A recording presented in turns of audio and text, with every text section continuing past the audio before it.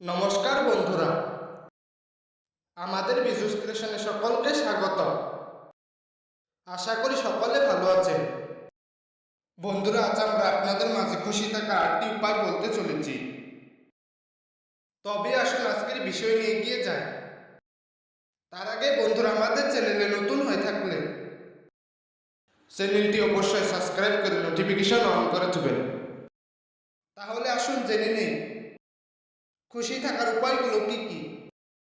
Number 1, যে আপনাকে ভালোবাসে না তার জন্য মন খারাপ না করে, তাকে আপনি একদমই ভুলে যান। নাম্বার 2, কখনো কোনো কিছু নিয়ে বেশি চিন্তা ভাবনা করে থাকবেন না।